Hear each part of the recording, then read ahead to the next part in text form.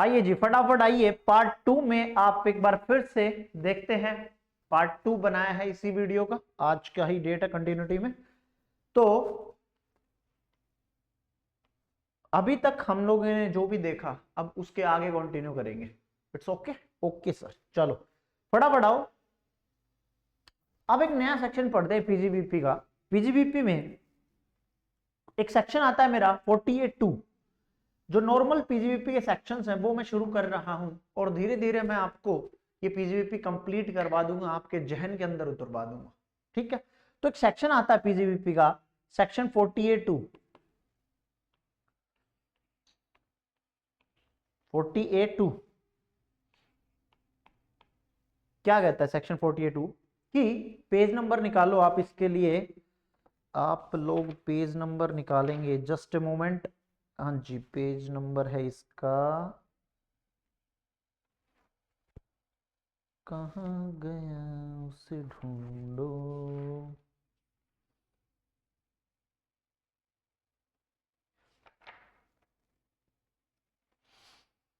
हाँ जी, हाँ जी, page number निकालो आप। 8.3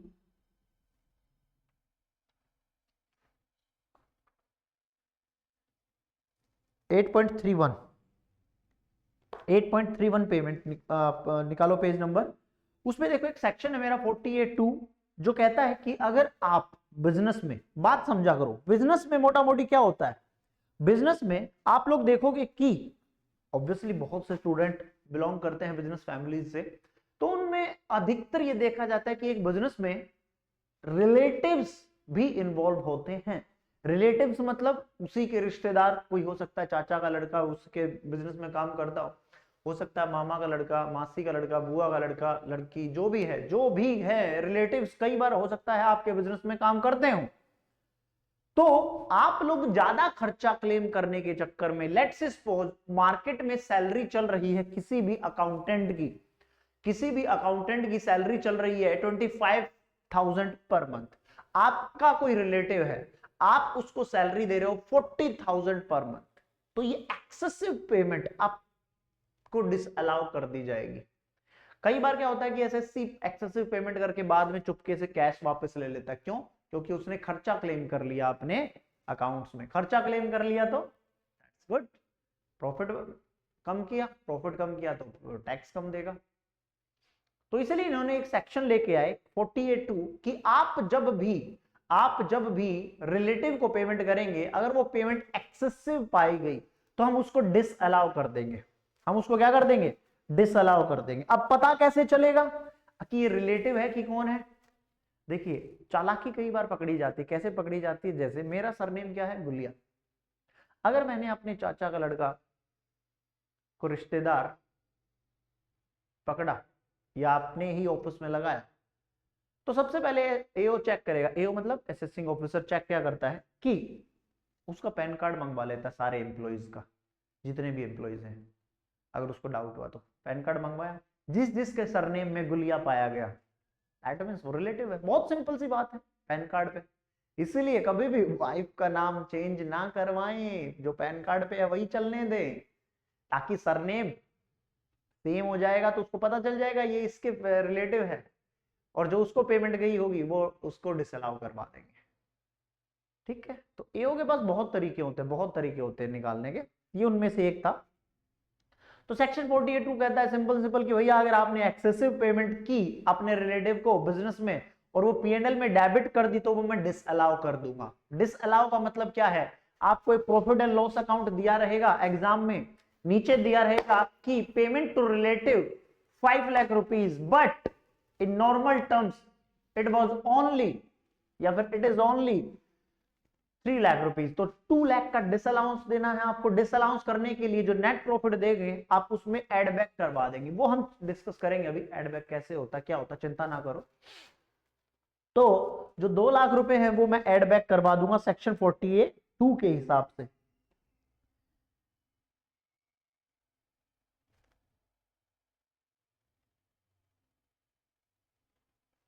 चलिए आइए निकालिए एक बार अपने नोट्स निकालिए, पेज नंबर 3.3 चलिए ये रहा आपका section excessive payment. Disallowance of payment made to specified person या relative in excess of fair market value. आप in excess of fair market value दे रहे हैं। आइए जी फटाफट देखिए एक बार क्या कहता है। Payment made to relative in excess of fair market value not deductible if the payment is made to specified person. आप स्पेसिफाइड पर्सन को पेमेंट कर रहे हैं एंड स्पेसिफाइड पर्सन क्या है अभी देखते हैं। And the assessing officer is opinion that such expenditure is excessive और अनरीजनेबल। एओ को लगता है कि जो आप ये पेमेंट कर रहे हैं वो अनरीजनेबल है, एक्सेसिव है। So much of the excessive और unreasonable will be disallowed. Meaning of specified person. Specified person किस किस को पेमेंट कर रहे हैं? Relative. Payment to any expenditure made to related person having substantial interest in the business and such payment is considered to be excessive unreasonable। अब कौन कौन आ गए देखिए। इंडिविजुअल है तो कौन होगा? रिलेटिव का मतलब क्या है? इंडिविजुअल को अगर आप पेमेंट कर रहे हैं payer payer payer payer payer और payment made to received by payee कौन है? जिसके पीछे आर लग जाता है वो देने वाला और जिसके पीछे डबल ई लग जाता है वो लेने वाला। जैसे employer employee, lessor lessee, pair पेई। ठीक है, तो अगर इंडिविजुअल बांट रहा है क्या पेमेंट दे रहा है तो उसके लिए उसके रिलेटिव होंगे क्या होंगे? Specified person. और रिलेटिव का मतलब है spouse, father, mother, brother, sister, lineal descendant, नीचे लीनियल असेंडेंट ऑफ इंडिविजुअल, ऊपरली पीढ़ियां नीचे वाली पीढ़ियां। तो ये रिलेटिव का मतलब है इंडिविजुअल के लिए। तो अगर देने वाला इंडिविजुअल है, हाँ जी सीधी बात, देने वाला कौन है जी? इंडिविजुअल है। तो उसके लिए उसके सारे के सारे relative and person in whose individual और his relative as a substantial interest. या तो इसका किसी बिजनेस में सब्सटेंशियल इंटरेस्ट है, डेट में 20% की स्टेक होल्डिंग 20 और मोर, या फिर जो इसके ये ऊपर वाले रिलेटिव उनका कहीं पर है। जैसे ये मिस्टर ए है, इसके लिए मिस्टर बी रिलेटिव है। इसके भाई हो सकते हैं, बहन हो सकती, कोई भी हो सकते हैं। अब ये रिलायंस लिमिटेड में सब्सटेंशियल इंटरेस्ट होल्ड करते हैं, मतलब 20% की है होल्डिंग। तो ये अगर इसको अगर पेमेंट करते हैं तो वो भी एक्सेसिव मानी जाएगी। और या फिर इसका नहीं है, इसका है, इसका इंटरेस्ट है सब्सटेंशियल 20% और ये फिर भी इसको पेमेंट कर रहे हैं तो भी उस केस में ये रिलेटिव को पेमेंट मानी जाएगी। अब पढ़ो दोबारा। इंडिविजुअल पे कर रहा है या तो अपने रिलेटिव को, mother, father, spouse, brother, sister, lineal ascendant, lineal descendant, या फिर पर्सन इन हुज बिजनेस। किस पर्सन इन हुज बिजनेस? जिसके बिजनेस में रिलेटिव का या उस इंडिविजुअल का खुद का सब्सटेंशियल इंटरेस्ट है।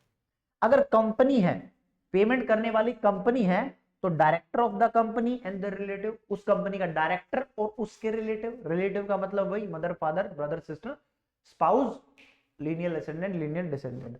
Person in whose company director और हिज रिलेटिव है सब्सटेंशियल इंटरेस्ट, वो कंपनी खुद, उसके डायरेक्टर या उसके भी रिलेटिव किसी थर्ड पर्सन में इंटरेस्टेड है। मैं किसी थर्ड पर्सन में रिलेटिव डायरेक्टर के, वो उसके।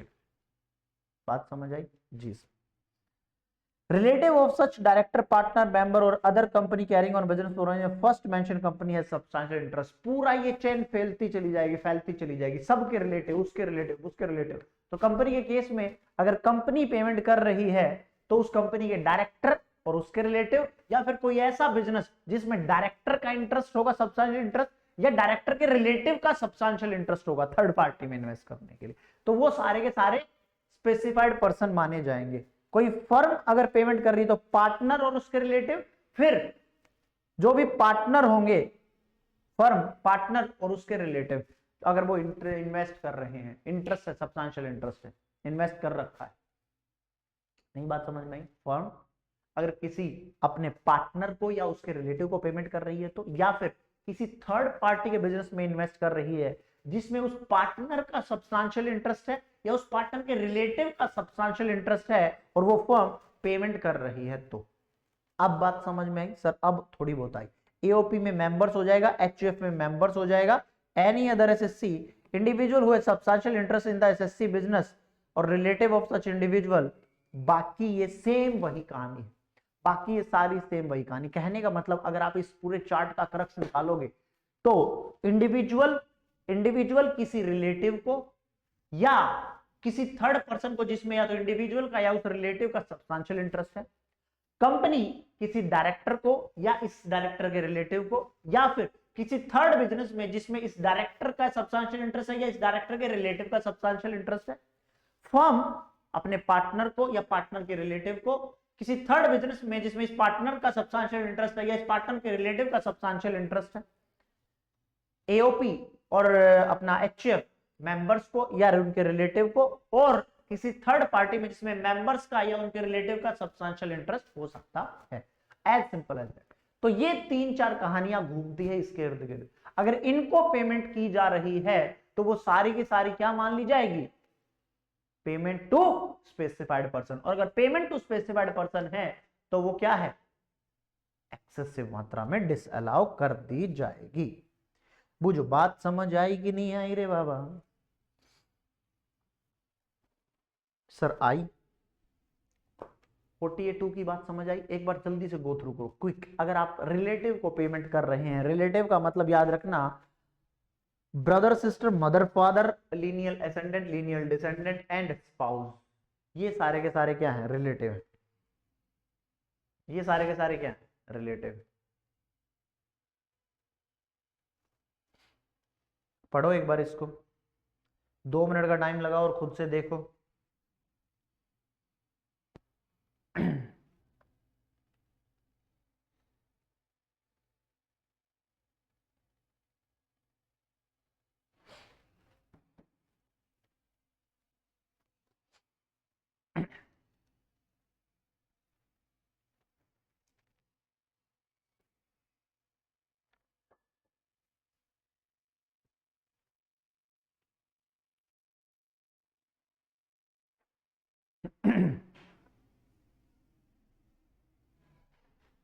चले सरकार?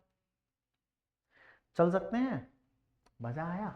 मजा आना बहुत जरूरी। अब इसका क्या है ना, इस चैप्टर का मैं खास बात बताऊं, इस चैप्टर की खास बात क्या है कि मैं आपको हर टॉपिक के बाद एक क्वेश्चन नहीं करवा सकता, क्योंकि 48(2) पर स्पेसिफिकली क्वेश्चन बने नॉट पॉसिबल। ये एक एडजस्टमेंट हो सकती है। तो ये चैप्टर हमें जल्द से जल्द मोटा मोटा समझा के आपको सबसे पहले फिर इसके क्वेश्चन प्रैक्टिस एक साथ करने पड़ेंगे, क्योंकि छोटी छोटी एडजस्टमेंट इसके बीच में आती रहेंगी और क्वेश्चन आता पूरा फुल फ्लेज। तो इसमें ये एक थोड़ी सी दिक्कत आती है, बट कोशिश करेंगे बीच बीच में क्वेश्चन भी करवाने की। प्रैक्टिस करवाना तो हमारा मेन धर्म है भाई, सिर्फ प्रोविजन पढ़ा के घर भेज देना आपको नहीं।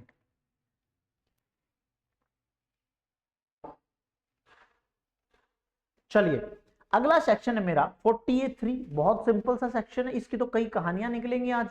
आज के बाद आप कहोगे ये सेक्शन हमने इस नजरिए से कभी पढ़ा ही नहीं था सर, ये सेक्शन हमने इस नजरिए से ना तो पढ़ा था ना किसी ने पढ़ाया था, हमने तो ऐसा देखा ही पहली बार है। बहुत बढ़िया। आओ 48(3) क्या कहता है कि आप किसी को, बात समझना, अब एक एक करके लेयर्स खोलते रहेंगे, मैं कहानी आपको सुनाता रहूंगा, सारी जो स्टोरी है वो आपके दिमाग में बैठ जाएगी। हुआ यूं कि पेमेंट लोग बाग करने लगे खर्चों की। हाँ जी। अब वो पेमेंट शुरुआत में क्या हुआ कि बैंक से भी करते, कैश में भी करते। अब जो कैश में खर्चा कर रहे हो उसकी कोई पकड़ नहीं होती। पकड़ in the sense you can't find कि एक्चुअल में ये पेमेंट इसको हुई है भी कि नहीं हुई है। अब जैसे मान लो मैं किसी को सैलरी दे रहा हूं, मैंने 12 लाख साल में सैलरी दे दी किसी को, 1 लाख रुपए पर मंथ। अब अगर मैंने कैश में दे दी तो, और बाई चांस वो बंदा 2-3 साल बाद छोड़ के चला गया, तो आपके लिए भी बहुत डिफिकल्ट होगा उसको ट्रेस करना। इनकम टैक्स के लिए तो और डिफिकल्ट हो जाएगा ऑब्वियसली सर। चलो अगर मैंने बैंक से पेमेंट की होगी इजिली ट्रेसेबल है। हाँ जी बिल्कुल ट्रेसेबल है। दूसरा, जब भी कैश में खर्चे सरकार ने अलाउ किए तो लोगों ने बहुत फायदा उठाया और बोगस खर्चे बहुत डाले, बहुत बोगस खर्चे डाल दिए, इतने बोगस खर्चे डाले कि लोग बाग परेशान हो गए। बिजनेस कर रहे, अरे सैलरी 5 लाख जाती है, 8 लाख चढ़ा दे, बोल देना मेरे पास इतने वर्कर थे, ना ईएसआई लगता है, ना पीएफ लगता है, कुछ भी एक्ट नहीं लगता, सीधा हाजमा। तो इन्होंने क्या किया कि चलो ठीक है, हाँ जी क्या खर्चा हुआ, इतने का माल आया, ठीक है लगा दे, ट्रक वाले को इतनी पेमेंट कर दी मैंने, कर दी तो कर दीजिए, वाउचर बना रखा है देख लो, साइन करा रखे हैं ट्रक वाले के। अब ट्रक वाले के by chance Aadhaar card pan card साथ में लगा भी दिए, कौन इनकम टैक्स वाला जाके ट्रेसेबल करता।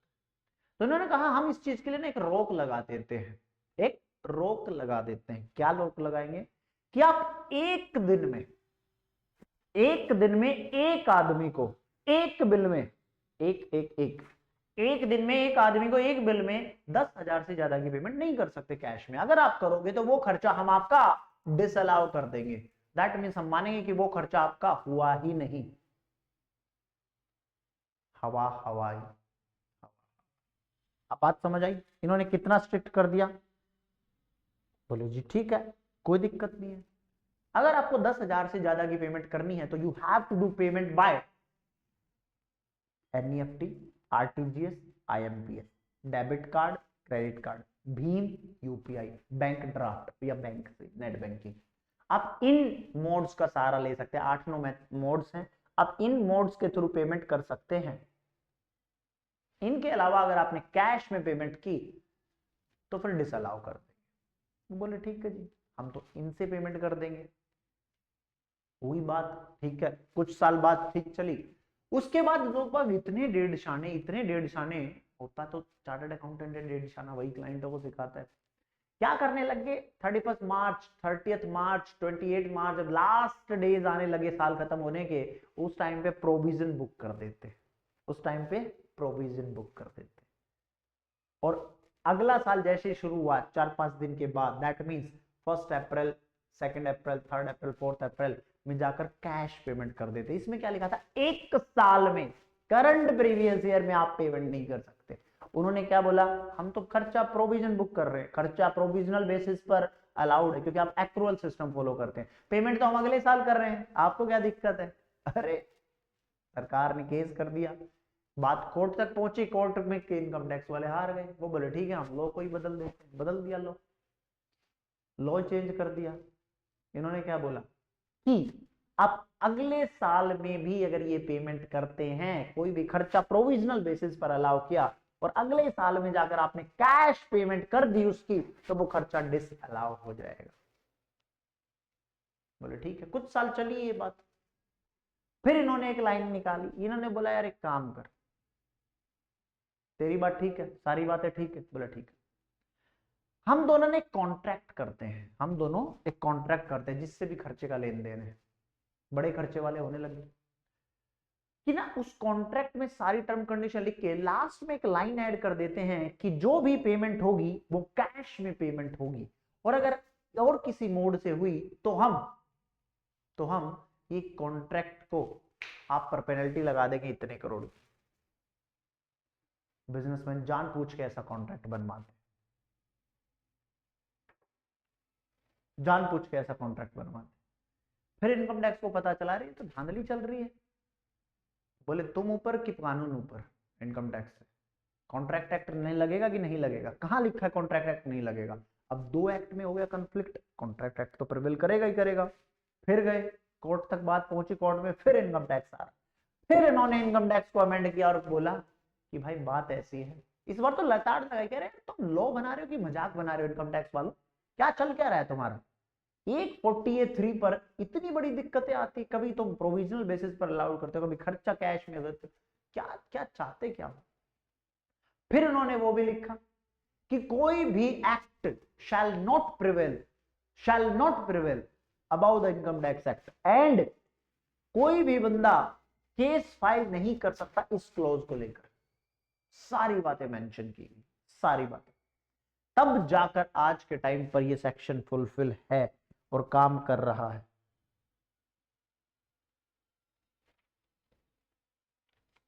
तब जाकर इन्होंने बोला ठीक कोई बात नहीं।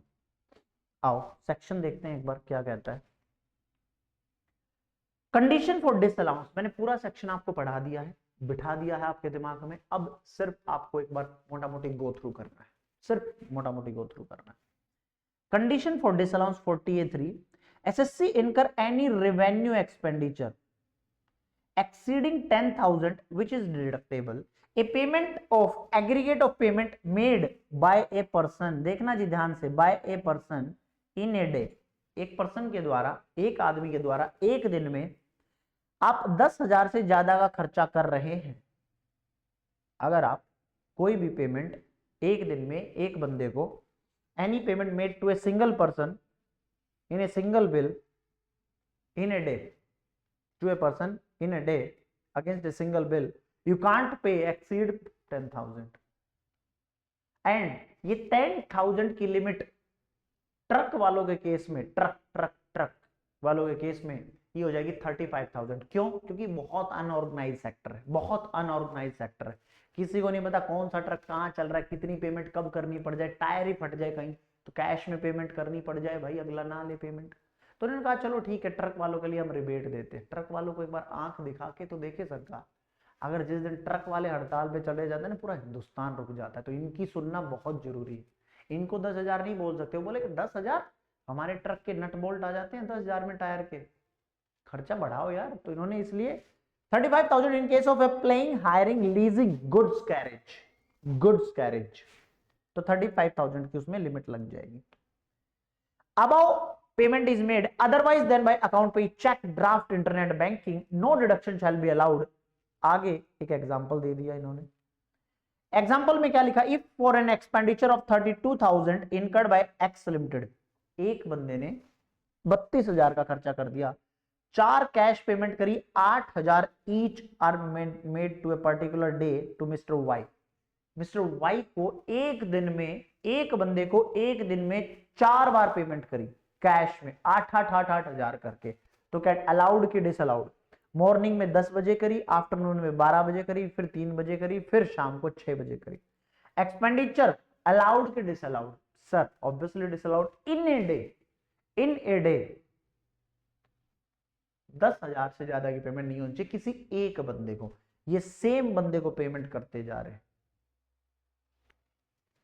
तो आंसर क्या है? Entire expenditure 32 disallowed 48 since aggregate cash payment made to a person to Mr. Y more than 10,000, more than 10,000।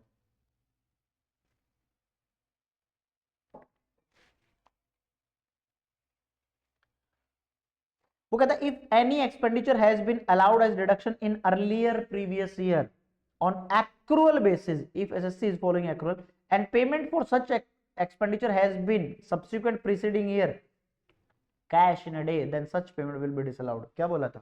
Provision book कर दिया, अगले साल में जाके कैश पेमेंट कर रहे, डिसअलाउड हो जाएगा। Repayment of loans 40A3 does not apply, repayment of loans 40A3 does not apply, repayments of loan पर नहीं होता, ये खर्चों पर एप्लीकेबल है। बट इफ अप्लाई, ओ हो ध्यान देना, ये पॉइंट मत छोड़ देना, but it apply to interest payment since interest is deductible expenditure। इस लोन के ऊपर जो इंटरेस्ट होगा वो आप कैश में नहीं दे सकते। Loan is a capital receipt, ये रिवेन्यू खर्चों की बात करता है। ये क्या बोला था आपको शुरुआत में? Revenue expenditure. Loan capital repayment है, कैपिटल की सॉरी कैपिटल रीपेमेंट चल रही है, जबकि इस पर मिलने वाला जो ब्याज है वो क्या है? रिवेन्यू का खर्चा। इसको अभी छोड़ दो एक्सेप्शन को।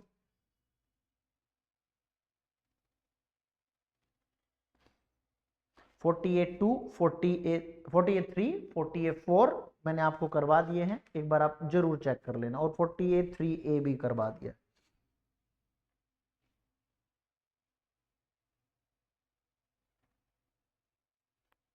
ठीक है, ठीक है जी।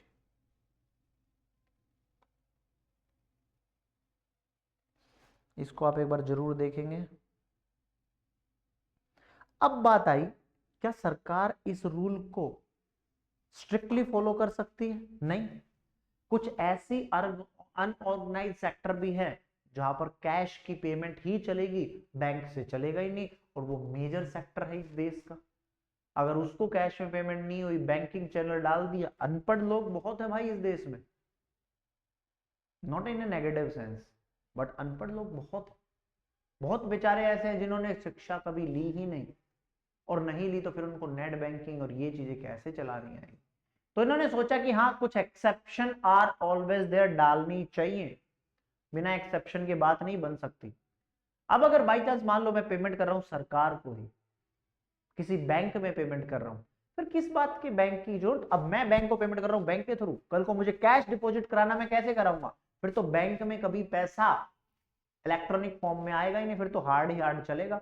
अगर मैं बैंक को भी ना दूं तो पेमेंट बैंक को करो, अगर आप कोई पेमेंट करना चाहते हैं किसको, बैंक को, आरबीआई को, कोऑपरेटिव बैंक को, सेंट्रल गवर्नमेंट को, एलआईसी को, तो ये पेमेंट आप बैंक से ना करके कैश में कर सकते हैं, कोई दिक्कत नहीं। आप पेमेंट करना चाहते हैं किसी किसान को, आप कर सकते हैं एग्रीकल्चर एक्टिविटी में। आप पेमेंट करना चाहते हैं किसी ऐसी जगह पर, ऐसे दूर दराज के गांव में जहां पर बैंक है ही नहीं, but you have to prove कि ये खर्चा मैंने उस टाइम पर किया था और ये जरूरी था, तो आप कैश में अलाउ, कोई दिक्कत नहीं। अगर आप पेमेंट करना चाहते हैं, अगर आप पेमेंट करना चाहते हैं किसी ऐसे बिजनेस में जहां पर इलेक्ट्रिसिटी यूज नहीं होती, अगरबत्ती का बिजनेस, अचार बनाने का बिजनेस, पापड़ बनाने का बिजनेस, इनमें इलेक्ट्रिसिटी यूज नहीं होती, तो without the aid of electricity power आप वहां पर पेमेंट कर सकते हैं कैश।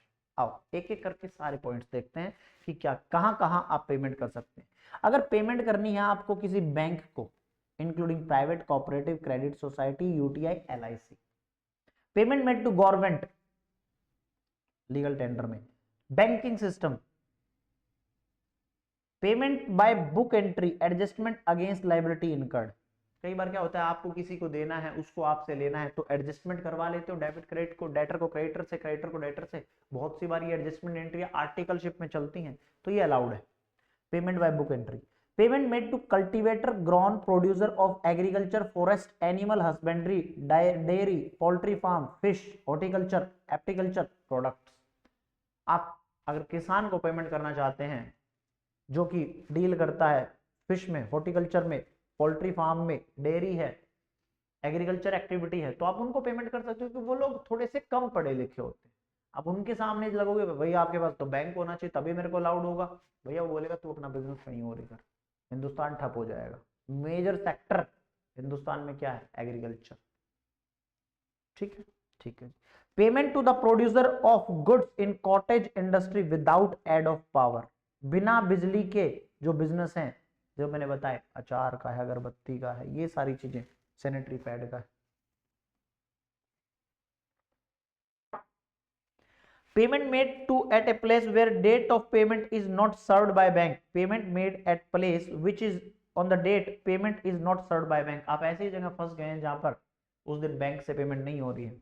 एनी टर्मिनल बेनिफिट, अगर एक एम्प्लॉयर एम्प्लॉय को पेमेंट कर रहा है तो वो 50,000 रुपए तक की पेमेंट कर सकता है। रिटायरमेंट बेनिफिट, जैसे रिट्रेंचमेंट कंपनसेशन देना है, रिट्रेंचमेंट कंपनसेशन देना है, ग्रेचुटी देनी है, तो रिटायरमेंट बेनिफिट जो आप पे करोगे, जो अपनी सैलरी में देखे हैं, तो आप 50,000 रुपए तक दे सकते हो। Payment to employees on temporary posting for continuous period of 15 days or more if such payment is made after TDS and employee does not maintain any bank account at such place। आपका किसी नई जगह पर transfer हुआ है, employer ने आपका transfer कर दिया, वहां पर आपका कोई खाता वाता नहीं है, कुछ बैंक अकाउंट नहीं है, उस केस में आपको 15 दिन का टाइम दिया जाता है। आप 15 दिन तक उनको पेमेंट कर सकते हो, 15 दिन तक उनको अपना अकाउंट खुलवा लेना चाहिए उस एम्प्लॉय को। तो अगर आप एम्प्लॉय को पेमेंट कर रहे हो टेम्पररी पोस्टिंग पर, टेम्पररी भेजा है 2 4 6 महीने के लिए, तो वहां पर यार उसका अकाउंट नहीं होगा, ऑब्वियसली इन्होंने सोचा कि ये पेमेंट अलाउ करवानी पड़ेगी। अब उसको सैलरी दे रहे हैं, अब मान लो महीने के आखिरी में गया, यहाँ सैलरी मिली नहीं, वहां पर सैलरी कैसे पहुंचेगी उस तक।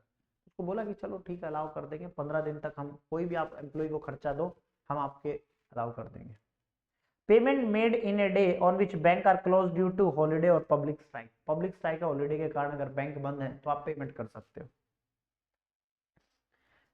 Payments made by any person to his commission agent who is required to make payment in cash. आप अपने किसी कमीशन एजेंट को पेमेंट कर रहे हो जिसको पेमेंट करनी पड़ती है कैश में गुड्स खरीदने के लिए, आड़ती वगैरह को आप पेमेंट कर रहे हो। Payment made by authorised dealer और money changer against purchase of foreign currency travel cheque in normal course of business. अगर आप पेमेंट कर रहे हो फॉरेन करेंसी खरीदने के लिए तो भी ये अलाउड हो जाएगी, तो भी ये चीज अलाउड हो जाएगी। सर कैसे, अभी बताता हूं। अगर आप कहीं जा रहे हो, मान लो आप दुबई घूमने जा रहे हो, आप यूएस घूमने जा रहे हो, आप यूके घूमने जा रहे हो, आप वियतनाम घूमने जा रहे हो, आप चाइना घूमने जा रहे हो, तो उस देश की करेंसी चाहिएगी आपको, तो आप जाकर मनी चेंजर के पास कैश देकर बदले में डॉलर ले सकते हैं, अलाउड है, कोई लिमिट नहीं, कोई लिमिट नहीं है यहां पर। और यहीं से शुरू हुआ ब्लैक को व्हाइट करने का तरीका। ब्लैक को व्हाइट करने का तरीका कैसे, मैं बताता हूं। आपको ये बातें पता होनी चाहिए यार, सिंपल लॉ पढ़ के क्या फायदा। मान लो आपके पास 5 करोड़ रुपया कैश रखा है ब्लैक का, आपको ये व्हाइट का करना है, ठीक है। हमने आपको एक चैप्टर पढ़ाया था IFOS। आप किसी को कैश गिफ्ट देते हैं अपने रिलेटिव को, ठीक है। आपका रिलेटिव जा रहा है बाहर पढ़ने के लिए, रहने के लिए, कहीं भी, वो रिलेटिव होना चाहिए, पर आप क्या करोगे, उस 5 करोड़ के क्या खरीद लो, डॉलर, जो भी उस स्पेसिफिक कंट्री के, आपके पास क्या आ गया, डॉलर। 5 करोड़ कैश इतना होता है, डॉलर में वो इतना का हो जाता है। आप रिलेटिव को क्या दे दोगे, गिफ्ट। क्या दे दोगे, गिफ्ट, या कैश दे दोगे। रिलेटिव आपको गिफ्ट दे देगा बदले में, कैश में पेमेंट। आप उसको डॉलर दोगे, वो आपको गिफ्ट कर देगा बैंक से। ब्लैक का व्हाइट हो गया आसानी से। बात समझे कि नहीं समझे। हमेशा जब भी ब्लैक मनी रखनी हो, कभी भी इंडियन रुपीज में ब्लैक मनी नहीं रखो, उसके लिए जगह काफी चाहिए होती है। आप हाईएस्ट कंट्री में, पाउंड वाउंड में, इनमें रखो इंडिया में करेंसी, ताकि जो जगह है वो कम। अब हमारे देश के नेता लोग हैं, 200 300 करोड़ रुपया निकल जाता है। अरे भाई इतनी जगह स्पेस घेरेगा वो, इससे अच्छा उसको पाउंड में कन्वर्ट करा लो ना यार। कहाँ टैक्स लग रहा है, कहाँ आपको पकड़ा जा रहा है, कहाँ खर्चा डीजल और, एज सिंपल एज दैट। चलिए ठीक है, ठीक है सर, चल सकते हैं आगे। जी सर बिल्कुल चल सकते हैं। अगर आप किसी को ग्रेचुटी की पेमेंट कर रहे हैं और आप एम्प्लॉयर कोई पीएफ अकाउंट में पैसा दे रहा है, तो अगर ये gratuity not covered under gratuity act है तो डिसअलाउड कर देंगे। अनअप्रूव्ड ग्रेचुटी है तो चाहे पेमेंट करो चाहे प्रोविजन करो। अगर अप्रूव्ड ग्रेचुटी तो अलाउ हो जाएगी।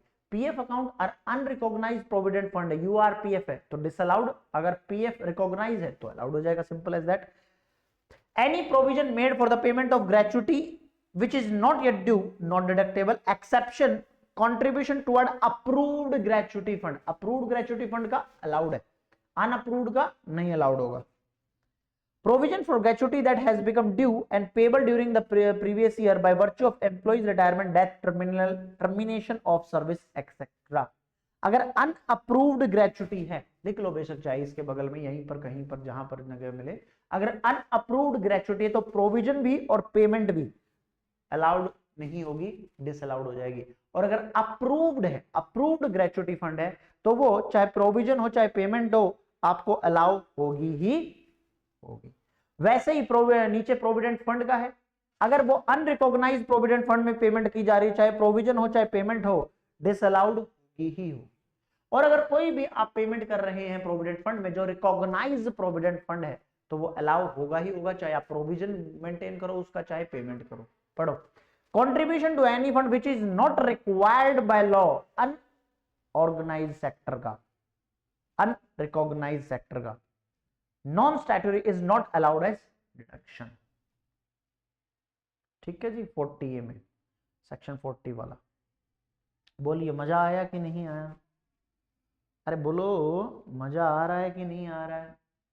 हाँ सर, मजा आ रहा है, मजा आना बहुत जरूरी है मेरे दोस्त।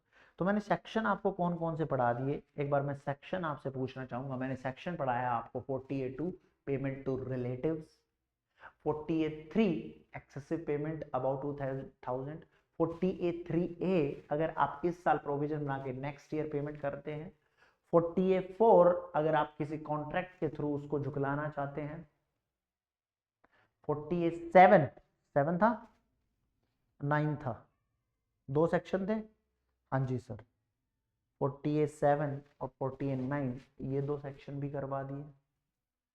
रूल पढ़ा दिया 6AA, 6DD, सॉरी 6DD। आप पेमेंट करेंगे। बोलिए यहां तक क्लियर है? यहां तक क्लियर है? क्या मैं आगे चल सकता हूं? ये वाले प्रोविजन मोस्ट इंपोर्टेंट है, पेमेंट टू रिलेटिव भी और कैश पेमेंट वाला सेक्शन भी, 48(2) और 48(3) ये कराने बहुत जरूरत है, क्योंकि मैक्सिमम क्वेश्चन में इनकी लिंकेज मिलेगी आपको, मैक्सिमम क्वेश्चन में इनकी लिंकेज मिलेगी।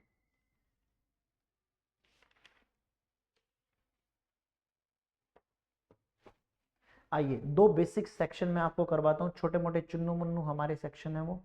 शुरुआत में मैंने आपको आज की क्लास में दिखाए भी थे, वो उनके दर्शन भी करवाए थे। ये देखिए, rent, rate, taxes, repair and insurance for building. Building के लिए अगर आप ये खर्चे करते हो, अगर आपकी पर्सनल नेचर की बिल्डिंग है तो नॉट अलाउड, अगर आपकी बिजनेस से रिलेटेड है तो सेक्शन 30 में अलाउड हो जाएगा। अगर आप रेंट पे कर रहे हो, paid by tenant for building occupied by business, revenue repair done by owner tenant, capital repairs are not covered in this section, capital repairs obviously depreciation claim करोगे। rates and taxes, land revenue, local rates and municipal tax 43B apply to both owner और tenant। 43B payment वाला, कुछ payment आपको करनी पड़ती है। Insurance premium paid by the owner allowed to both owner और tenant. कहने का मतलब ये खर्चे अगर आपने कोई बिल्डिंग ले रखी है रेंट वगैरह पर या फिर बिजनेस में, तो उस केस में ये खर्चे आपके अलाउड हो जाएंगे। कौन कौन से? रेंट आपको पूरा अलाउड हो जाएगा, रेवेन्यू रिपेयर्स अलाउड हो जाएंगे ओनर को भी और टेनेंट को भी, ओनर ने कराए उसको भी, टेनेंट ने कराए उसको भी। रेट्स एंड टैक्स, हो सकता है आपकी खुद की बिल्डिंग हो, आप खुद उसको बिजनेस में यूज कर रहे हो, तो आपको खर्चे अलाउड हो जाएंगे। रेट्स एंड टैक्सेस दोनों को अलाउड हो जाएंगे, ओनर को भी टेनेंट को भी। कुछ छोटे मोटे म्युनिसिपल टैक्स वगैरह लग रहे हैं वो सारे अलाउड हो जाएंगे। इंश्योरेंस प्रीमियम ऑब्वियसली दोनों को अलाउड हो गए, ओनर को भी टेनेंट को भी। रेंट ओनर तो पे नहीं करेगा, अपने ही आपको रेंट पे करेगा क्या? वो तो ऑलरेडी डिसअलाउड है। तो रेंट जब भी आप पे करोगे तो सिर्फ टेनेंट को अलाउड होगा। बाई चांस मान लो मैं किसी बिल्डिंग में अपना बिजनेस कर रहा हूँ और मैं रेंट पे कर रहा हूँ, तो वो मुझे अलाउड होगा, उसके ओनर को नहीं हो सकता। बट बाकी खर्चे ऐसे हैं जो मैं करूँ या उसका ओनर करे, दोनों को अलाउड हो जाएगा, उसके बिजनेस में, अपने business. Points to remember: premises used partly for business, partly for other purpose. So proportionately expenditure of the premises used for the business will be allowed. Obviously, proportionately allowed होगा। Reduction in case of a subletting of rent repair. तो rent paid में से आप rent recover है वो minus कर देंगे। By chance मान लीजिए आप रेंट पर आपने कोई बिल्डिंग ली और फर्दर उसको आगे रेंट पर दे दिया, रेंट पर लेकर रेंट पर दे दिया, उस केस में जितना आप रेंट पे करोगे उसमें से मैं वो फिगर माइनस कर दूंगा जितना आप आगे से रेंट रिसीव कर रहे। No deduction for notional rent. Obviously आप अपने आप को ही, मान लो आप प्रोप्राइटरशिप में बिजनेस कर रहे हो और आपकी खुद की बिल्डिंग है और आप उसमें बिजनेस कर रहे हो, आप अपने आप को ही रेंट नहीं दे सकते, not allowed. Cess rate taxes levies by foreign government allowed as deduction. अगला सेक्शन फर्नीचर पिक्चर के लिए है, सेम है बिल्कुल। Revenue repairs done by owner और टेनेंट, दोनों को मिल जाएगा। Insurance premium done by owner allowed to both owner और tenant. Insurance repair charges of the asset which have been discarded, revenue repairs भी और इंश्योरेंस प्रीमियम भी। इंश्योरेंस और repair of the asset which have been discarded through owned by the SSC, आपने इस साल discard कर दी वो, और not have been used by the business during the previous year, या तो आपने बेच दी, हटा दी, टूट गई, फूट गई, या आप उसका यूज ही नहीं कर रहे और उस पर आपने इंश्योरेंस और रिपेयर कराया है, इंश्योरेंस और रिपेयर कराया है प्लांट मशीनरी फर्नीचर का, तो नॉट अलाउड एज डिडक्शन। तो claim deduction under section 31, asset must be used by business. आपको वो एसेट यूज करनी पड़ेगी, चाहे एक दिन यूज करो। अरे यूज को कौन देख रहा, अब एसी लगे रहते हैं, कई कई जगह शिमला वगैरह ऐसी है कभी वो एसी चलते ही नहीं है, लेकिन खर्चा तो वो क्लेम करते हैं ना भाई। Repairs include renewal renovation of the assets but not it's replacement and reconstruction. आप उसको रिप्लेस करके नहीं ले आए वो अलाउड नहीं होगा, रिकंस्ट्रक्ट करा दिया वो भी अलाउड नहीं होगा। हाँ, रिपेयर्स में रिन्यूअल रिनोवेशन वगैरह आप करवा सकते हैं, रिकंस्ट्रक्ट नहीं कि तुड़वा के दोबारा बिल्डिंग खड़ी कर दी, नहीं भैया उसकी लिपाई विपाई करवा दो, टीप वो जो फटी हुई है दरारें आई वो ठीक करा लो, ये नहीं तुड़वा के रिकंस्ट्रक्ट कर दी वो अलाउड नहीं होगा, रेवेन्यू में नहीं होगा। फिर आप उसका डेप्रिसिएशन क्लेम करो अगर वो कैपिटल एक्सपेंडिचर है तो। बात समझे कि नहीं समझे? सर समझे ना? चलो बहुत बढ़िया जी, बहुत बढ़िया। कुछ क्वेश्चंस की प्रैक्टिस करवाऊं या एक दो और सेक्शन करवा दूं? सर एक दो छोटा मोटा और सेक्शन करवा दो हमें ना, एक दो सेक्शन और करवा दो सर, अभी तो टाइम भी नहीं हुआ है। चलो आओ आओ एक दो सेक्शन और करते हैं। मैं फिर कहूंगा इसमें छोटे छोटे ये कॉन्सेप्ट्स हैं, सिर्फ ये आपके दिमाग में क्लियर होने चाहिए, क्लियर कट, तब जाकर आप इसके क्वेश्चन बना पाओगे। कल से इवन आज से ही एक दो क्वेश्चन तो अभी करवाऊंगा, हम इसके क्वेश्चन कर पाएंगे इजीली, कोई दिक्कत नहीं है, कोई बड़ी परेशानी नहीं आ रही।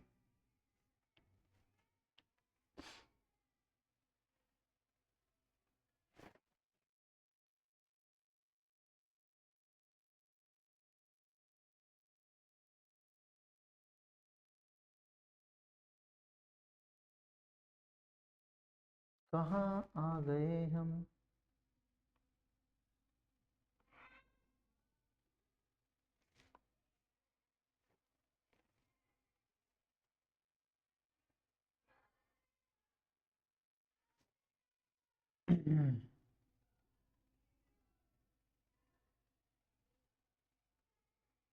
चलिए जी, सेक्शन है मेरा 44 AD या 44 AA।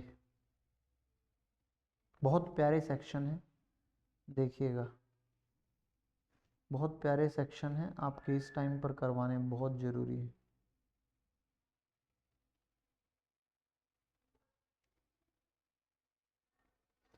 अमेंडमेंट भी है आपके लिए तो भाई, पूरी बजट में, बजट 2023 की अमेंडमेंट है आपके लिए, नई ताजा पूरा ग्रीन कर रखा है अमेंडमेंट।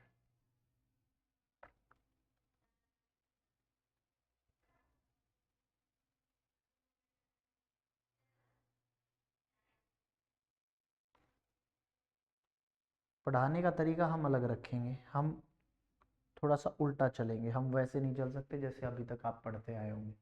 हम सबसे पहले पढ़ेंगे सेक्शन प्रेजेंटिव इनकम, थोड़ा सा आपको लास्ट में ले आया हूँ, इंटरेस्टिंग टॉपिक्स।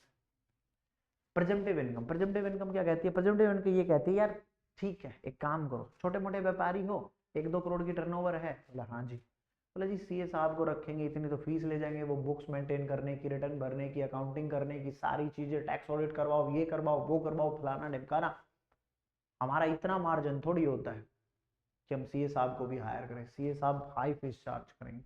इन्होंने कहा ठीक है, छोटा मोटा बिजनेस है यार, कौन इतना ज्यादा स्ट्रिक्टली फॉलो करता है सारी चीजें, कौन बुक्स ऑफ अकाउंट्स मेंटेन करेगा, छोटा मोटा बिजनेस है।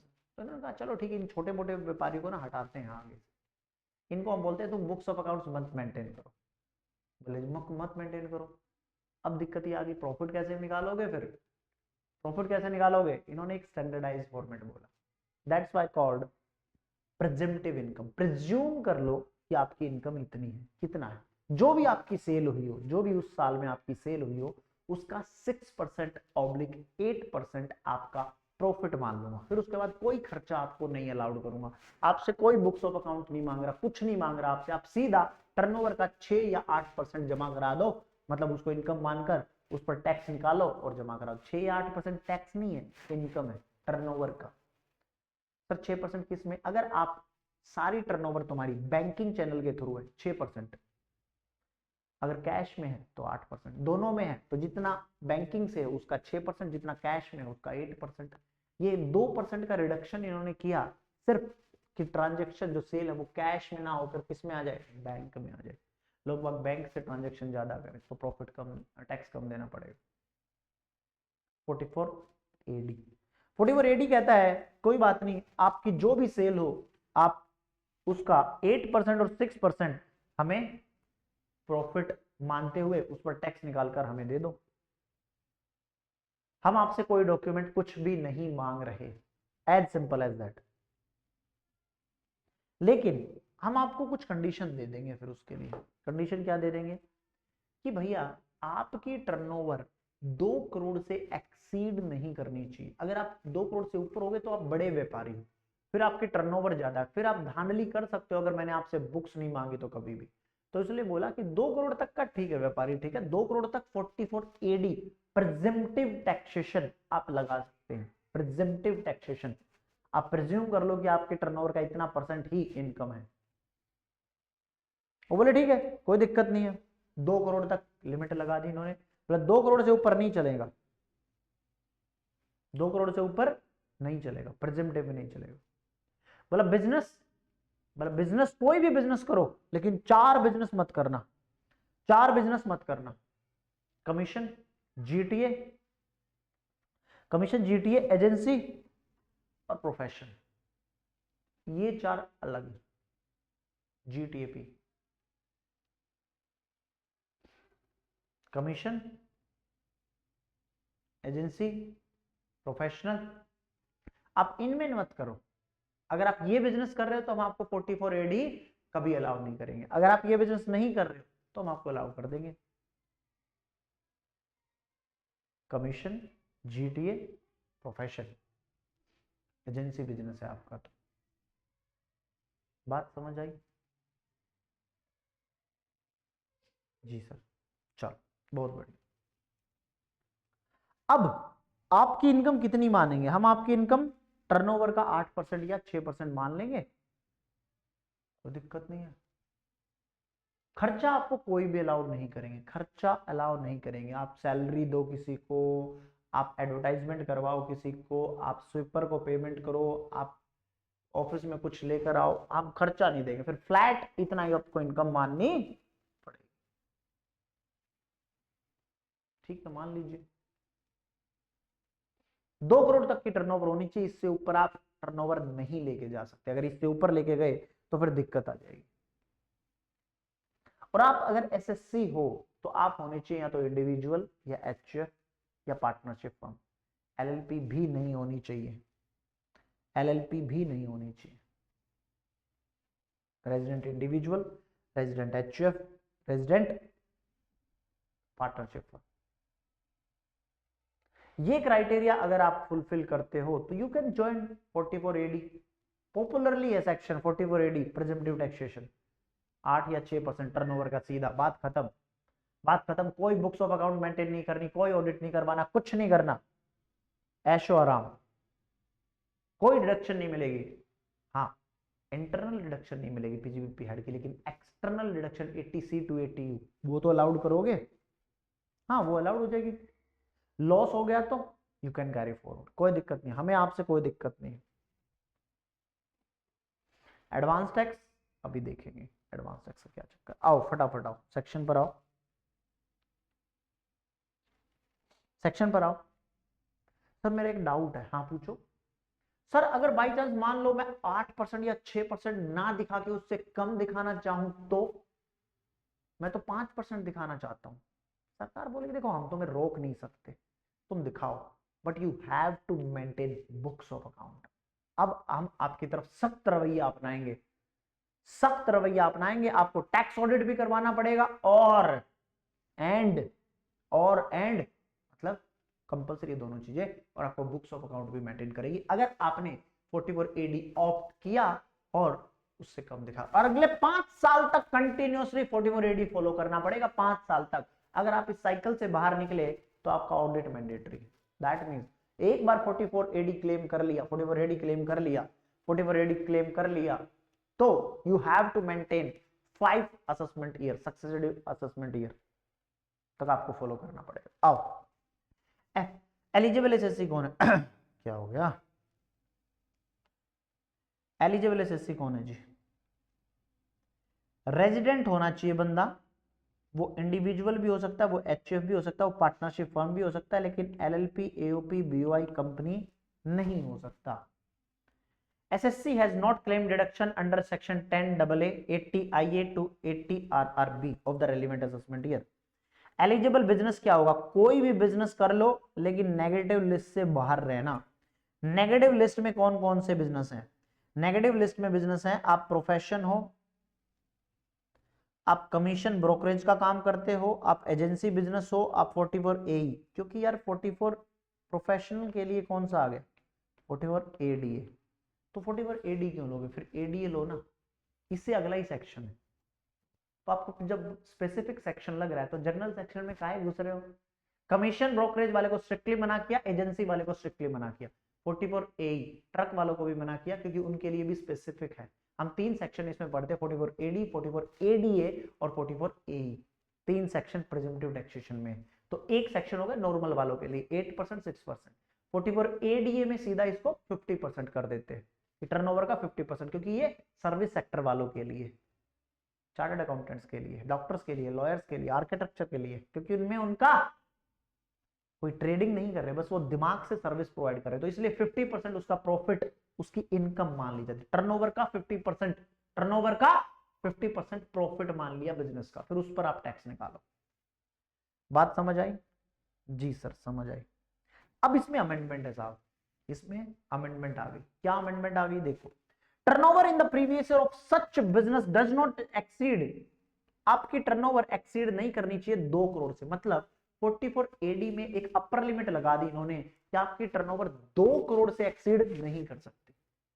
2 करोड़ से एक्सीड टर्नओवर नहीं कर सकती। अगर 2 करोड़ से एक्सीड कर गई, आप बड़े बिजनेसमैन हो, तो आपको अपना टैक्स ऑडिट करवाओ और अपना क्या करो, बुक्स ऑफ अकाउंट्स मेंटेन करो, सारी चीजें करो। वो हम स्पेसिफिक रिस्पेक्टिव सेक्शन में पढ़ेंगे। पर 2 करोड़ तक है तो यू कैन क्लेम 44 AD, वो आपके ऊपर, आप क्लेम करना चाहते हो कि नहीं करना चाहते। You have option, this section is epsilon naught mandatory, optional. आप नॉर्मल प्रोविजन भी अप्लाई कर सकते हो, ये भी कर सकते हो। इनकम कितनी मानोगे? इनकम मानेंगे 8% ऑफ टर्नओवर नॉर्मल केसेस में, बट 6% ऑफ टर्नओवर अगर अमाउंट आप रिसीव कर रहे हो इनके through before filing due date of ROI। मतलब हो सकता है 24 का खर्चा, सॉरी टर्नओवर आ रही है पैसा, और 31 मार्च 2024 को कोई ऐसी इनकम हो गई जो सॉरी कोई ऐसी सेल हो गई जो उधार में चली गई। अब आपको तो नहीं पता सामने वाला कैश में देगा कि बैंक से देगा। सर वो तो पिछले 5 साल से बैंक से दे रहा है। नो नो नो, पास रिकॉर्ड नहीं चलेगा, पक्का पता होना चाहिए कैश आ रही है कि बैंक से आ रही है। तो उस केस में इन्होंने बोला उस पेमेंट को ड्यू डेट से पहले, ITR की ड्यू डेट से पहले आप रिसीव कर लो। कैश में आई तो कैश की तरफ कन्वर्ट कर देना, बैंक से आई तो बैंक की तरफ कन्वर्ट कर देना। बात समझी? हो सकता है लास्ट टाइम पर कुछ पेमेंट, या फिर उधारी, साल की कभी भी कोई उधारी पड़ी हो तो आप ड्यू डेट तक उसका वेट करो। अगर वो बैंक से आ गई तो बैंक में, कैश में आ गई कैश में, उससे आगे फिर वेट मत करना। फिर टर्नओवर ITR फाइलिंग तक का टाइम दे तो दिया, जिस दिन आप ITR फाइल कर रहे हो देख लो वो पेमेंट आई है कि नहीं आई है। 31 जुलाई है, 23-24 की इंडिविजुअल की ITR की डेट 31 जुलाई, ठीक है सर। 31 जुलाई तक कभी भी पेमेंट आ जाए, मान लो 31 जुलाई को ही आई, उस दिन आपको रिटर्न भरनी थी, देख लो पेमेंट कैसे आई, बैंक से आई हुई है, चल कोई नहीं यार उधारी थी सेल, बैंक से आ गई 6% में लिया, नहीं तो 8% में लिया। आपको कोई डिडक्शन नहीं मिलेगी 30 to 38 वाली नॉर्मल बिजनेस की। मेंटेन बुक्स ऑफ अकाउंट्स, कोई बुक्स ऑफ अकाउंट्स मेंटेन नहीं करना, कोई ऑडिट नहीं करवाना। चैप्टर 6 से की डिडक्शन आपको मिल जाएंगी, कोई दिक्कत नहीं है। एडवांस टैक्स आपको देना पड़ेगा सिर्फ एक इंस्टॉलमेंट 15 मार्च को, ये हम चैप्टर पढ़ेंगे तब डिस्कस करेंगे, अभी नहीं कर रहे। Depreciation for subsequent previous year which ceased to eligible with 44 AD, WDV shall be computed as if depreciation has been earlier year. आप जब भी 44 AD में खर्चे तो अलाउड नहीं है, नहीं सर। आपको डेप्रिसिएशन भी अलाउड नहीं है, नहीं सर। हो सकता है मान लो 3 साल बाद आप 44 AD से ऑप्ट आउट करना चाहो, आप नहीं लेना चाहते 44 AD, तो 3 साल पहले जो WDV पर एसेट छोड़ी थी, तो 3 साल का नोशनल डेप्रिसिएशन हटा के जो भी आपका डेप्रिसिएशन हो, आप उस साल में, जिस साल में नॉर्मल प्रोविजन लेना चाहते हैं, उस साल में उसका डेप्रिसिएशन नॉर्मल तरीके से ले सकते हैं। बिजनेस लॉस कैरी फॉरवर्ड कर सकते हैं, पार्टनर रेमुनरेशन अलाउड नहीं होगी।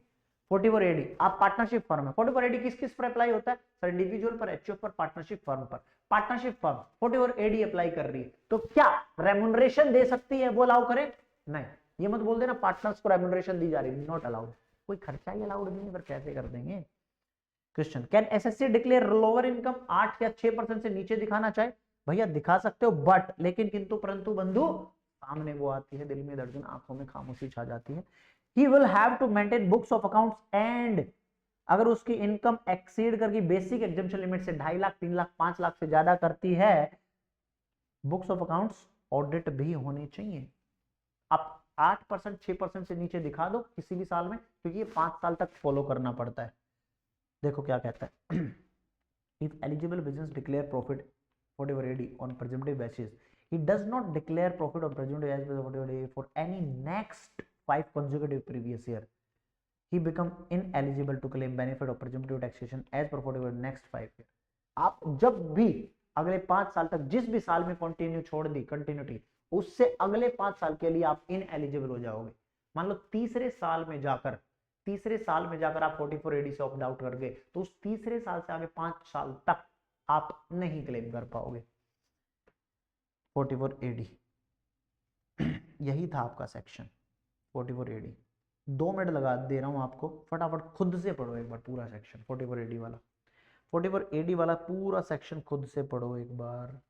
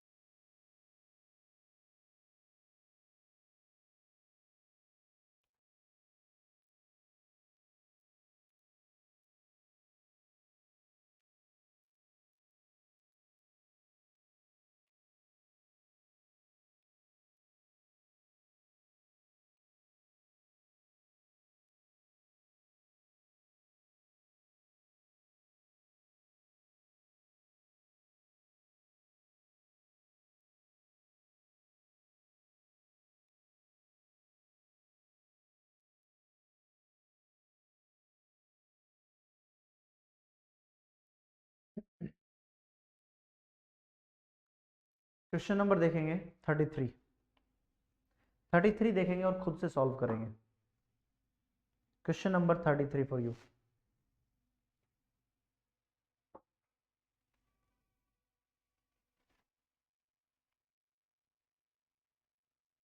Your time starts now. आपका समय शुरू होता है अब।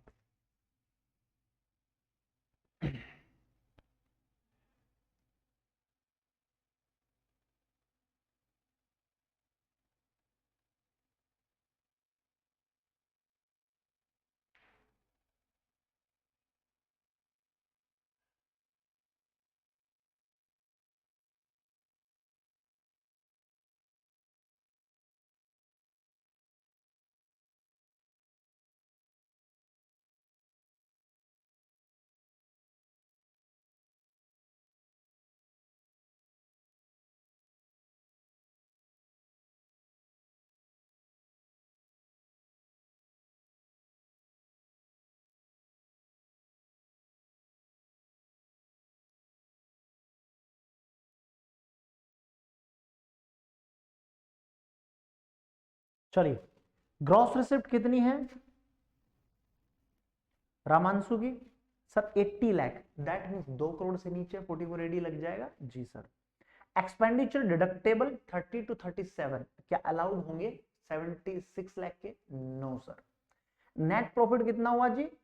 सेल में से खर्चे माइनस कर दिए, नेट प्रॉफिट हो गया। डिडक्शन 80C की 1 लाख रुपए की है। Calculate the total taxable income if he opt for section 44 AD. Can the SSC claim lower profit? हाँ जी, क्वेश्चन नंबर 33। Computation of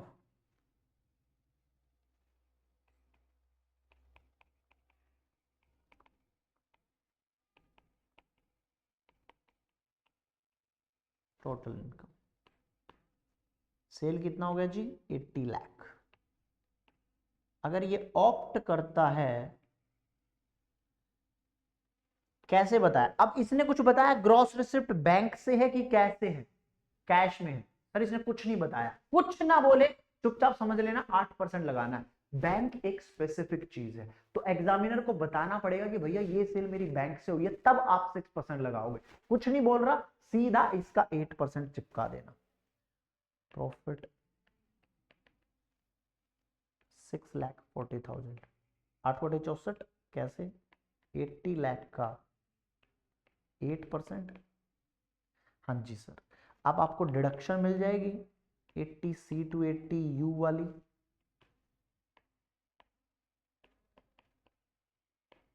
हाँ जी सर, 1 लाख रुपए की। तो जो आपकी नेट इनकम है,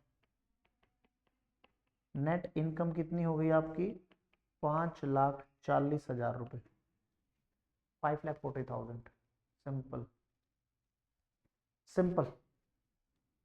आगे क्या कहता है? क्या ये लोअर प्रॉफिट क्लेम कर सकता है? हाँ भाई कर सकते हो, कोई दिक्कत नहीं, कोई मनाही नहीं है। आप स्पेसिफिक सेक्शन लेना चाहो तो ले सकते हो। अदरवाइज अदरवाइज अगर आपने लोअर प्रॉफिट क्लेम करना चाहते हो तो अपना बुक्स ऑफ अकाउंट्स ऑडिट करवा कर रखना, ऑडिट करवा कर रखना। इसको देखो फटाफट, क्वेश्चन पे जाते हैं। आपकी इनकम 2.5 लाख से एक्सीड कर जाएगी क्योंकि 76 लाख के एक्चुअल में खर्चे हैं। पहले इसको उतारो फटाफट, फिर पॉइंट नंबर 2 को डिस्कस करते हैं। Then we will discuss point number 2।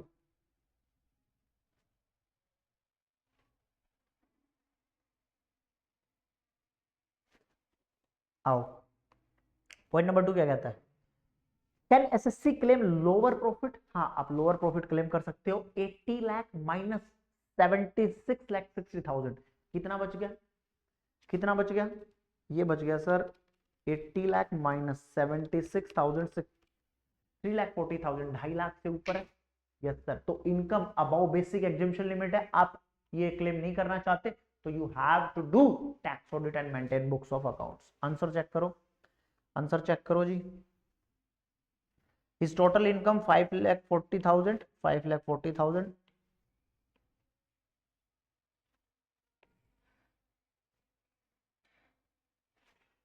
ठीक है, नो फर्दर डिडक्शन अलाउड, 1,80,000 में allowed. However if SSC want to claim lower profit 3,40,000, मैंने ऑलरेडी निकाला हुआ है कैलसी पर। कैसे निकला? 80 लाख माइनस 70 कितना था? 76,60,000। तो आप क्लेम कर सकते हो from PGBP without maintaining books of accounts whatever AD double A, without getting books of accounts. Since in this case his taxable income is 2,40,000। अब आया मजा, अब आया मजा। क्या ये क्लेम कर सकता है? हाँ। क्यों? क्योंकि इसकी जो नेट इनकम है, अगर ये 44 एडी फॉलो नहीं कर सकता, अगर ये 44 एडी फॉलो नहीं कर सकता, सिंपल एज दैट, बहुत सिंपल है। आप इसकी नेट इनकम निकालो। ये क्या है? 3,40,000 क्या है? मैंने क्या किया? मैंने किया 80 लाख माइनस 76,600, सेल माइनस खर्चे, क्या निकल कर आया? Net profit. That means gross total income. बात समझना जी, सेल माइनस एक्सपेंस क्या आ गया? पीजीबीपी। ये कितना है? 3,40,000। That means gross total income minus करवा दूंगा डिडक्शन इसमें से 1,00,000 रुपए की, कितना रह गया 2,40,000। दैट मीन्स 2.5 लाख से नीचे है, हाँ 2.5 लाख से नीचे है तो टैक्स ऑडिट नहीं लगेगा। फिर आओ आंसर चेक करो क्या कहता है, दोबारा से देखो एक बार, दोबारा से। However if SSC want to claim lower profit 3,40,000, अगर वो लोअर प्रॉफिट करना चाहता है तो ही कैन डू सो, आप कर सकते हो, मनाही कभी नहीं होती। बस हमें ये चेक करना है जो नेट इनकम है क्या वो 2.5 लाख से ऊपर है कि नहीं है। आपकी इनकम आई 3,40,000 माइनस 1,00,000 240, बेसिक एग्जामिशन लिमिट से नीचे कोई दिक्कत नहीं। ये आपके लिए होमवर्क, आप इसको एक बार रीड कर लेना, ठीक है। ठीक है,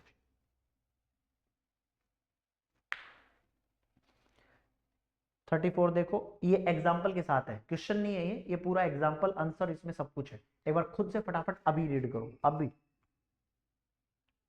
CW क्लास वर्क अभी रीड करने का। 5 साल वाला कॉन्सेप्ट लगा है इसमें, 5 साल वाला कॉन्सेप्ट लगा है इसमें। अगर आप बीच में ऑप्ट आउट करते हैं तो क्या होगा, पढ़ो एक बार फटाफट अभी के अभी। Mr. A being eligible SSC 44 AD where gross receipt do not exceed 2 crore in any of the assessment year, पिछले 3 साल में, पिछले 3 साल में किसी भी साल में ग्रॉस रिसिप्ट 2 करोड़ से ऊपर नहीं गई है, 2 करोड़ तक लास्ट गई तो 2 करोड़ तक चल जाएगा। 44 AD की लिमिट क्या है 2 करोड़, 2 करोड़ से ऊपर गया तो 44 AD नहीं मिलेगा, नहीं जा रहा मिल जाएगा, कोई दिक्कत नहीं है, ले सकते हो। Income offered for taxation 1 crore 80 lakh, इसने इतना दिया है। Percentage of gross receipt 8%, 8%, 5%। देखिए जी 8%, 8% क्लेम कर रहा था, कोई दिक्कत नहीं, लेकिन पिछले ही साल just previous year assessment year है तो प्रीवियस ईयर 22-23 में इसने 5% लोअर प्रॉफिट क्लेम किया। तो अब इसका क्या होगा, 2 साल से कंटिन्यू कर रहा था, तीसरे साल में आके इसने ऑप्ट आउट कर दिया। अगर तीसरे साल में ऑप्ट आउट कर दिया तो अगले 5 साल तक इसको 44 AD नहीं मिलेगा। पढ़ो, in the above case Mr. A opt for presumptive taxation 44 AD from for assessment year 21-22 and 22-23 and offer income 40.40 lakh 15.20 lakh respectively.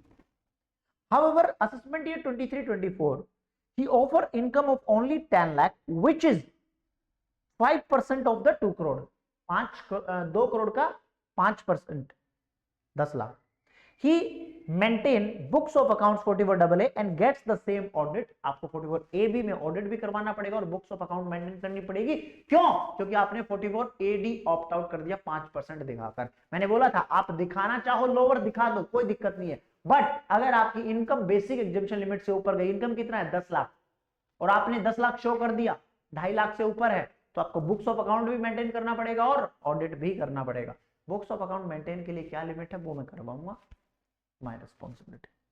Since he has not offered income as per provision of section 44 AD1 for 5 consecutive years after assessment year 23-24, he will not be eligible to claim benefit of section 44 AD for next 5 assessment year 24, that is 24-25 to 28-29, 2028-29 assessment year तक आप नहीं eligible है claim करने के लिए 44 AD। ठीक है, मैं भी यही कह रहा था कि आपने अगर एक बार 44 AD ऑप्ट आउट कर दिया 23-24 में, आप 28-29 2028-29 तक आप ऑप्ट नहीं कर सकते, 44 AD आप नहीं ले सकते।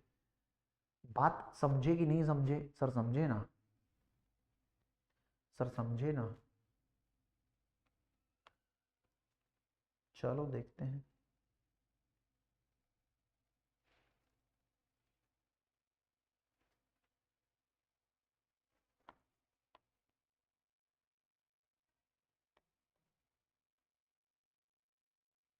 एक पूरा फटाफट एक दो और करवाता हूँ 44 AD पर ही। अच्छा टॉपिक है, अच्छे क्वेश्चन आते हैं। चलो मई, हाँ जी मई 2011 का क्वेश्चन है, ICAI का एग्जाम्पल है, शिद्दत के साथ करो, हो सकता है रिपीट हो जाए आपके अटेम्प्ट में। Mister x engage in the retail trade reports A turnover of 1 crore 98 lakh 50,000 all payment received on account पे चेक फॉर प्रीवियस ईयर 23-24। क्या 2 करोड़ से नीचे है? हाँ जी। क्या टर्न 44 एडी क्लेम कर सकता है? हाँ जी।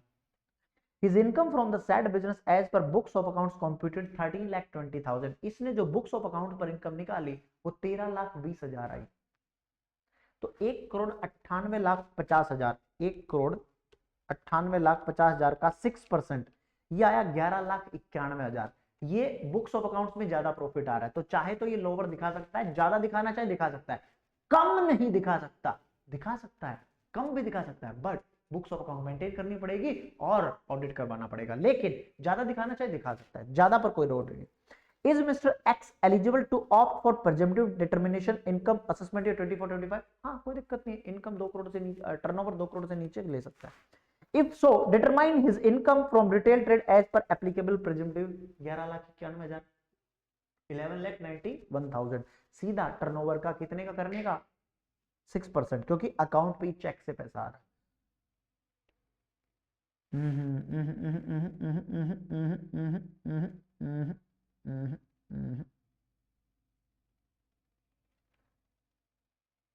जी।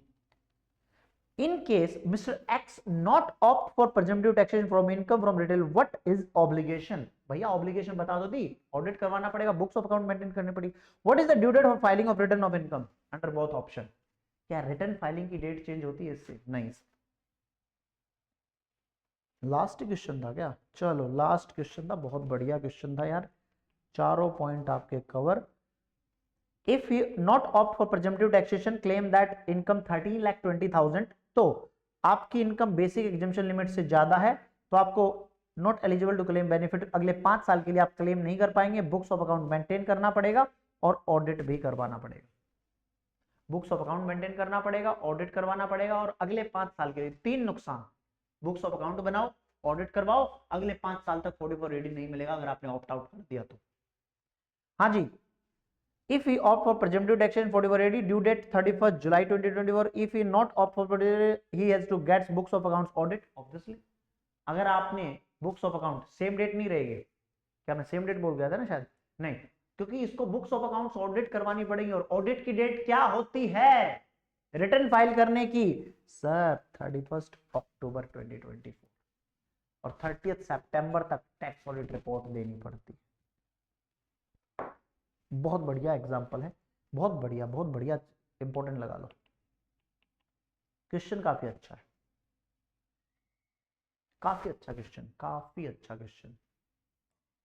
हाथ पे कैलकुलेशन कर सकते हो, कोई दिक्कत नहीं, कोई बड़ी बात नहीं, आप हाथ पर कैलकुलेशन इसकी कर सकते हो, यू कैन डू। बोलिए समझ आया कि नहीं आया? 44 AD क्लियर हुआ, 40A2, 40A3, 3A4, 40A7, 40A9 sections सारे के सारे याद करते रहा करो। पीजीबीपी है भाई, 16 मार्क्स का आ जाता है इससे, कई बार 16 मार्क्स तक का, और इस बार चेक करना पड़ेगा कितने मार्क्स का आएगा आपके। चलिए हाँ जी, यहां तक रखें आज फिर, क्योंकि ओवरऑल आपका टाइम बढ़ गया होगा। चलिए जी, पार्ट 1 पार्ट 2 क्लास का हुआ यहाँ पर समाप्त। कल मिलते हैं आपसे नए क्वेश्चंस के साथ। 3-4 क्वेश्चन हमने किए, 3 किए मोटा मोटी इसमें, और एक उसका किया था, 4 क्वेश्चन अभी कर लिए। तो फटाफट प्रैक्टिस जितनी हो सके उतनी प्रैक्टिस करो यार, जितना हो सके लिख के प्रैक्टिस करो। जब तक यहाँ गड्ढे नहीं होंगे ना, ये पेन ऐसे पकड़ते हो? हाँ सर ऐसे पकड़ते हैं, ये देखो ऐसे पकड़ते हो पेन, हाँ जी।